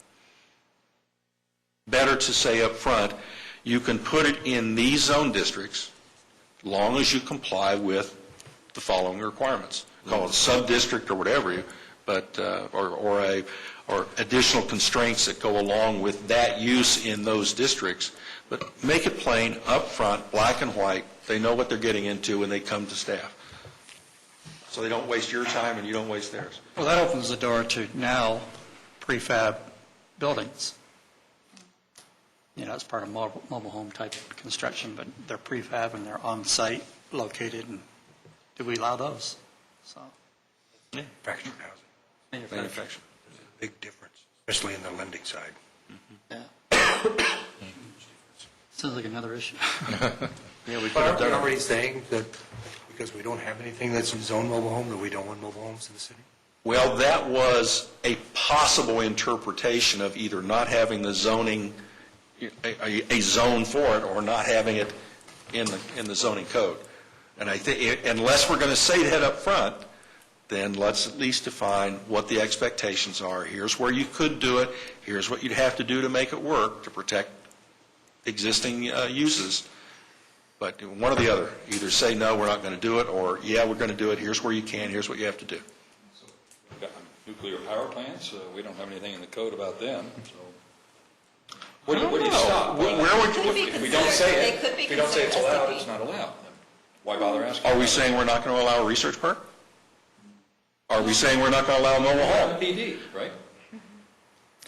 And then you get into the community debates about why should we have this here? Why should we have a big box right there? Why should we have a mobile home park over here? All I'm saying is if the point of zoning is to identify how you're going to mediate between uses in a plan within the city, then you do that up front. You don't leave gaping holes. I don't think anybody's going to come up with a nuclear power plant any place around here. A research park or research facility is certainly a possibility, certainly something we'd like to think we could attract. Mobile homes, deponent saith not. I don't have an opinion one way or the other. But we have them in the zoning ordinance right now as permitted uses. What we're talking about is taking it out. We're either going to consciously say we don't ever want to see these, or we're going to figure out where they work into the zoning districts and allow for it. Okay. If it's part of our permitted uses, there has to be a way to address it. Right. Okay. It's on the issue board for further discussion, so. Yeah. Yeah. All right. And be sure and tell us if somebody comes in wanting to put a nuclear power plant in, especially if they speak Japanese. I will. Walmart would be a worse request, I think, than the nuclear power plant. But Those are allowed. Oh, they are. And then the only other changes on Chapter 2 is in the PD section, I changed DRC out to community development, and then also the PD plan, all the application requirements and what goes on a PD plan and everything was in the code, and I've moved those over to the operating standards. So that was the change there. And so that's pretty much Chapter 2. Chapter 3 was pretty easy. I just took the last section of the land use table and where for uses that aren't on the table, that the zoning officials aren't able to make a final determination, instead of taking that to the DRC, we're keeping it in our department to make that call. So that was the change in Chapter 3. And I don't want to beat a dead horse here, but we could address the mobile homes perhaps in the table and put it as a PDR district. That they would have to come in and create a PDR district for a mobile home. And same with the scientific technological park. You can put standards and we could list it in the table and show it as an allowed use in the other industrial districts. Then that is making a conscious choice of we're not going to say where they should or could go. We're going to leave it up to them to come in and look for rezoning. Because there's no mobile home districts. Right. And there's no SDP districts. So it's going to be your decision anyhow. That would say, we're not saying now where it would be, we would independently evaluate each request. It would have to. Yeah. Right. They'd have to come to you for rezoning because we don't have either districts in the city anyhow. So what we're saying is rather than define a mobile home district, we're just saying they have to come through and do a plan development. You're going to have to see all the standards, where they're locating, and everything. But for every other use in every other district, we provide an outline of minimums, setbacks, maximum heights, density, property size, building size. We're saying we're not going to do that. PD is, if you want to do a mobile home park, we're not telling you up front what any of the standards are. It all depends on how you come in and propose the PD. Yeah, that's what I'm saying. Like any plan development, you would see all the standards until you're happy with that those are enough standards for wherever they're located. It becomes subjective, right? Whereas in I mean, it's Everything is cause celeb in the community of, yeah, we want a mobile home park as long as it's nowhere near my house. Okay. I'm sorry I brought it up. No, it's a question worth asking, Glenn. I'm just saying we can anticipate and deal with it up front, or we can wait and then make up the rules when somebody comes in and wants to do it, as we would if Mark's nuclear power plant came in. But I think some of these others are a little more likely. I just hate to see it come up with we're not telling you where it can go. We're not even laying out within the code what the strictures are. You come to us and propose it, and we can talk about it as a PD. So it seems a little open-ended. In the existing code, is all that laid out? Like, we've talked about this for 40 minutes now. Should we just leave it in? We have no mobile home zone areas. But we do have definitions in We have here. a definition. But we have definitions. If somebody wanted to rezone, they'd have to do it on that, and that, following that process. But they'd have to go through that. But they still have where are they going to put it? Same problems. So I think we come back to, we have to address it. Separately. I just think the whole idea of zoning and use designation is to anticipate where the community feels a certain use is appropriate and where it's not, or under what circumstances, and to recognize that we're just going to wave off on mobile homes or research parks until the issue comes up is short-sighted. Well, I'm not saying that at all, but I'll let it go. We'll move on.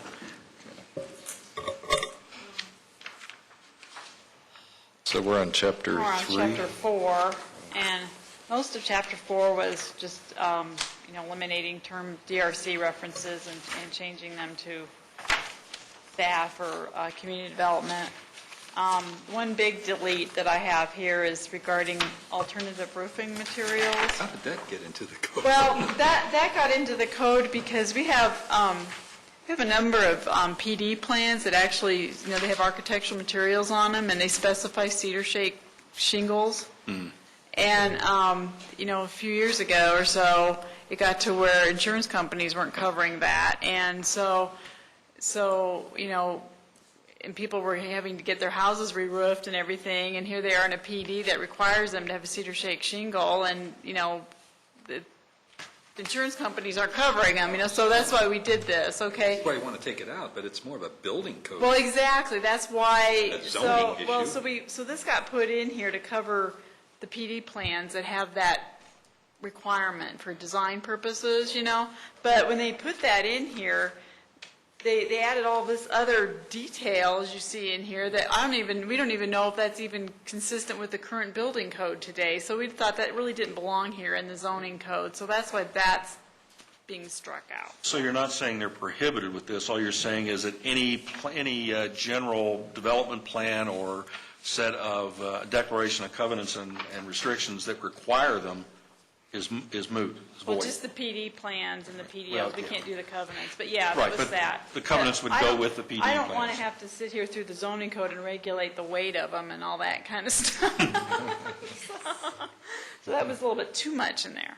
So we're taking Goodbye. that out. That's goodbye. Let the building department take care of that. And like I said, the fences got changed over so they're not being reviewed by DRC.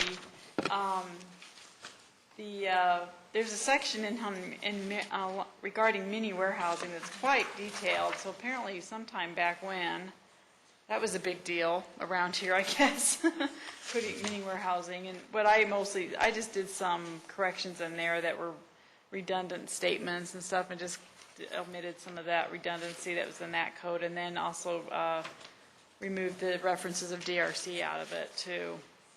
So you removed the whole section 10 no, you didn't, sorry. So in 10-4-8, that first paragraph you removed because that was covered in somewhere else?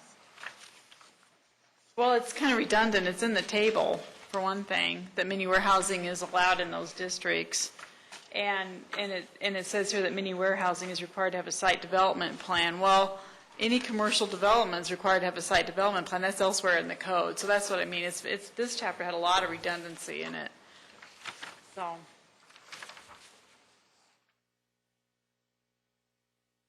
I think that, let's see. And I think with the parking, the only thing I did on that, and that I know is a bigger issue down the road, but just for housekeeping, there's a provision in here where shared use of parking spaces in the CA district is a method that can be approved by DRC, so I took that reference out and put that in community development. And then there was only one other thing I think I changed in here for a housekeeping purpose right now. It had to do with the bicycle parking. Because in here it actually says the DRC shall review all proposed bicycle facilities for safety and convenience. I mean, that's just really getting a little bit too in there. So deleted that, I mean, people provide the bicycle parking, that's fine, but we're not going to sit here and decide if it's safe or not, or if it's gonna, if the bikes are gonna lock right or whatever, so that took that out. So that's pretty much chapter 4, is all just taking out references of DRC. Chapter 5 is the landscaping requirements, and that was, I made that change.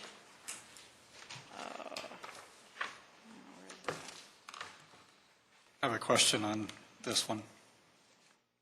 Page 6.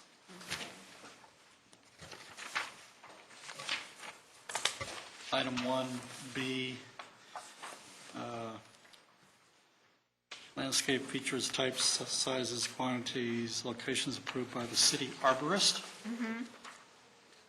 Does that mean the city arborist has to approve all plant lists every time you submit, or Well, he is there a reviews. list of approved plants? Well, he has a list of approved plants that are in the landscape design criteria manual, and he uses that when he reviews the landscape plans. Okay. So, and my choice here was, instead of DRC reviewing that, the person that actually knows what this stuff is, the city arborist who is doing this anyway, is the one who's going to be reviewing those plans. So there is a preset list, even though it isn't referenced in here. I would typically Right. just go to the list. If the Yeah, list that's is what I'm approved, saying. I'm good. Yeah, I think Randy's saying, yeah, it's great that the arborist is going to approve it from a pre-approved list. Otherwise, without that reference, it's kind of, Well, yeah, because up above, it refers to the landscape manual, and that has a list of different Right. species. Because it's got some prohibited species too, like elms and just- things like that, but it's got, I read it, and I thought, well, does that mean that the arborist is going to change his mind each time? yeah, a cross-reference there probably wouldn't hurt. Yeah, so I would just rely upon the list that's already been approved. If I take my plants off that, I'm good.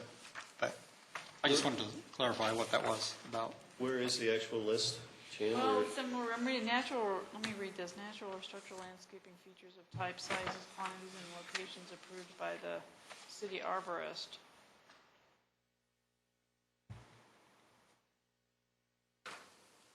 And couldn't you just say approved by the plant list? Or is it reviews? Well, it's also, you're also talking about in locations. So, I mean, he's also looking He's at a reviewing the landscape plans. plan. and Oh, the we're looking landscape at where landscape manual's yeah. at the top of page 5. Yeah. There's a reference there. Okay. There was a question, where is the list? It's in the landscape manual. Okay. Another It's- separate. It's yeah. Yeah, I think Randy and I are just suggesting it'd be nice if you made both those references there by the city arborist in accordance with. The landscape manual. Right. Yeah.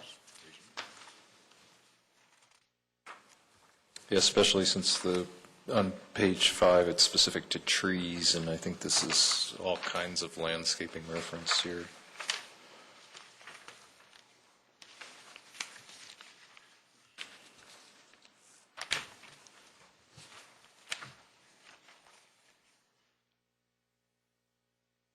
Dare I raise the question of the Colorado licensed requirement again?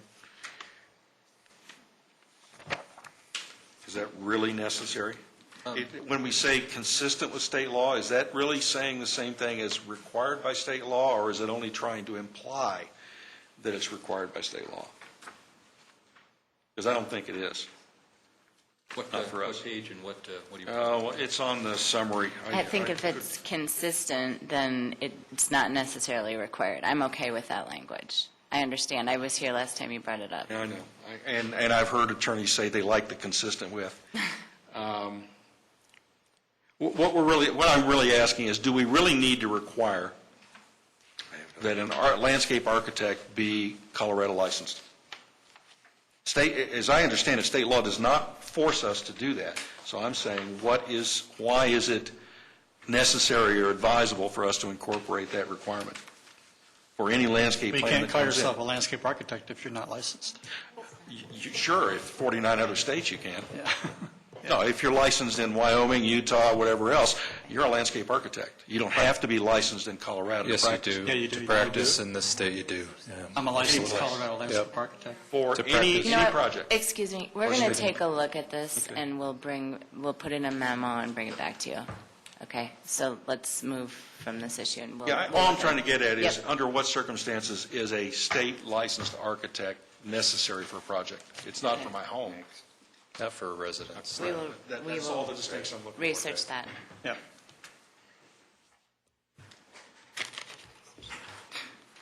Yeah, it applies to commercial and multifamily.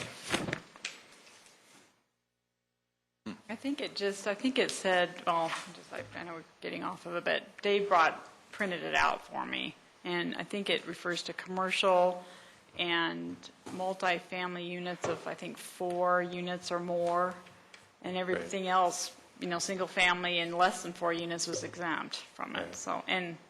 So we could add a half a dozen words to that effect. And Well, right and our here- landscape plan, our landscape requirements don't apply to single-family residential anyway. Right, I'm just saying, have it right here where it says, Post it later. all I'm suggesting is a half a dozen words to put it right here, so they don't have to go running off to the state regulations. Makes it easier on the applicant, which I thought was part of what we were trying to do here. Where does it exempt the residential in the landscaping, in Chapter But, 5 or yeah, buried Chapter somewhere 5 else? only applies to, Show us well, where. yeah. I don't have it in this.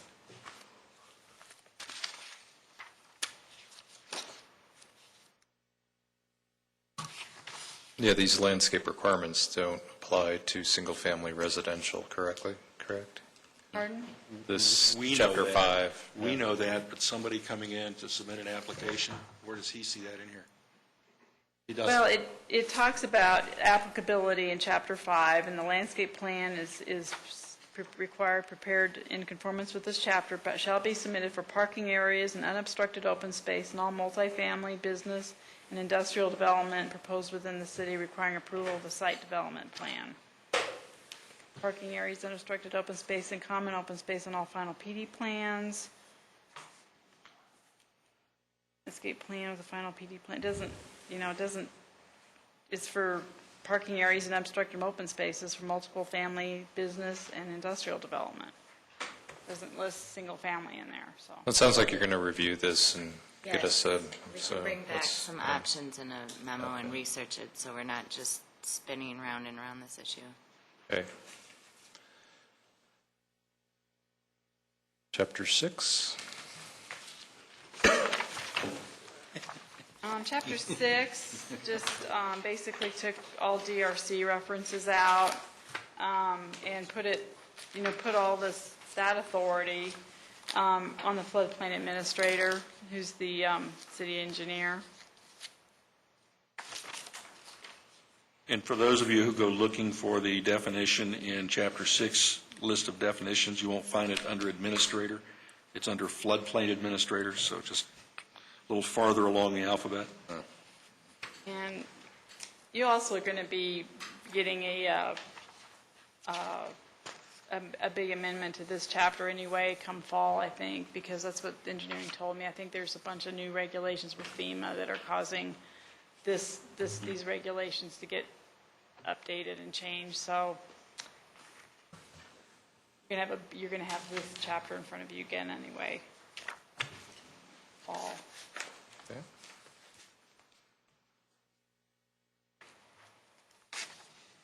Questions on Chapter 6?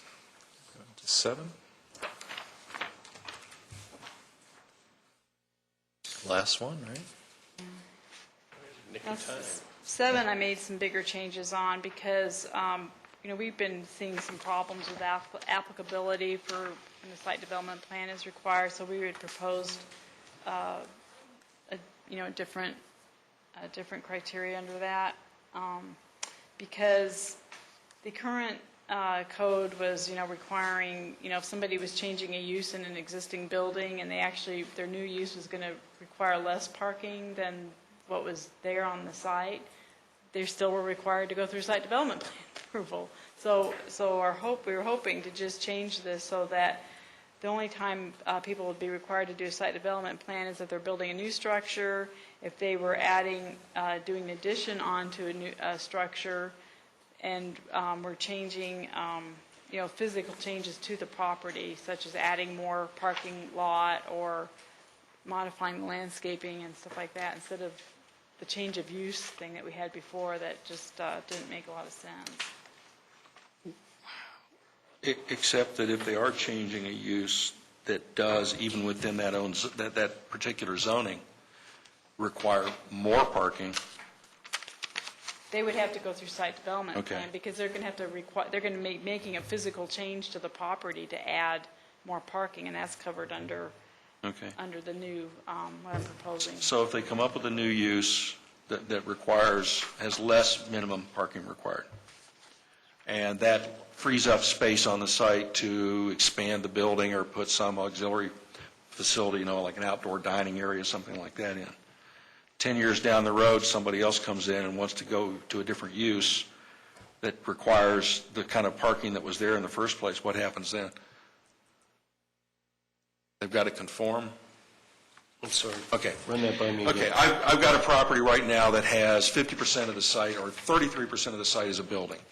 I'm going to change the use so that I no longer have to have the 24 parking spaces on site. Okay, my new use says all I need is 16. Okay? With that additional space that I no longer need for parking, I can expand my building one way or another. And yeah, you have to go through the permit process. Right. But then somewhere down the road, 10, 15 years, the property gets sold, somebody wants to come back and go to the original use, and he finds that he's been hemmed in. Yes, it's a permitted use. Yes, your building conforms as far as height and size and that sort of thing, but you don't have enough parking on the space because the building's gotten too big. Now, that's a risk. I understand that. Buy it, subject to. And we have that It now. happens. That goes on now, even under a current requirement. I know. It's caveat emptor, and I recognize that as an established principle. When you let them do it without having to go through any process, even the current owner doesn't necessarily know the trap that he's buying for himself. If he has to go through the process, it's made fairly plain to him. Well, yeah, we can reduce the number of parking spaces, but if you fill up that space with a building, Well, you've restricted if your he's ability. if he's going to build more building, he's going to go through this process. Yes. Gotcha. Okay. See? That's all I was looking for. What process would one go through if they're not changing the building, but they want to, there's a different use that they want, that is not a permitted use? So what process does that fall under? They'd have to rezone. It would rezone, yeah. They'd have to go through rezoning. So what process would you go through if you had a 10-acre parcel and you wanted to do single-family homes? Well, first of all, you'd have to determine if the current zoning on it allows the number of homes that the developer Well, let's wants just to say put it's on there. R3 or R2, or this is only for multifamily. How do you do a single-family? Oh, okay, well, the zoning allows, like, you have like a 10-acre parcel, and the zoning allows 6 lots, single-family lots on it, and you want to do that, the process you go through is a plat. You go straight to plat. You don't have to do a sketch plan and all No. that. You do the preliminary plat and the final plat process. Okay. Okay, well, there's obviously a lot here, and if you're like me and haven't read the whole thing and benefited from Jan's overview today, I'd suggest that we all read through it, and if you have comments or suggestions, that we email them to Glenn and CC me, or so that we can compile them and sort of discuss them. Yeah, I think so. we don't want to copy you, I think is what Kirsten's saying, right? If they have comments, they don't want to necessarily send them to us, copy. Send them into the clearinghouse. Craig, I was suggesting that they email them to you. directly, Okay. without copying Without anybody copying else. me. No, I wouldn't do that, yeah, just to Glenn or Jan, however. Do you want both? Yeah, both of us. Okay, to Glenn and to Jan. I have some questions and comments, but I think that might, and then we can bring them back in some sort of forum at our next meeting, or? At our next meeting, sure, we'll compile them and share them with you then. Okay, so we want to have those probably by next Friday, or next Monday, let's say? Yeah. When do you need them by? As soon as possible. Well, what are we, If they find something in here they'd like to add that didn't come up tonight. Or get further clarification, or put it in this issue parking lot, or, but, and give you enough time to address them at, do we have time on our agenda for our next meeting? well, the next, I'm trying to get this stuff together for the next study session, and I've got to get that done by the end of this week, because I'm not here next week. So, Well, we can at least bring the list. I could bring the, Because I'll be everything here is on the done. 20th, so if I got all the stuff, I could do the list on that Friday when I'm back, and have it for you, Monday night. I won't have addressed it yet, but I could certainly probably have a list of everything for you. That work?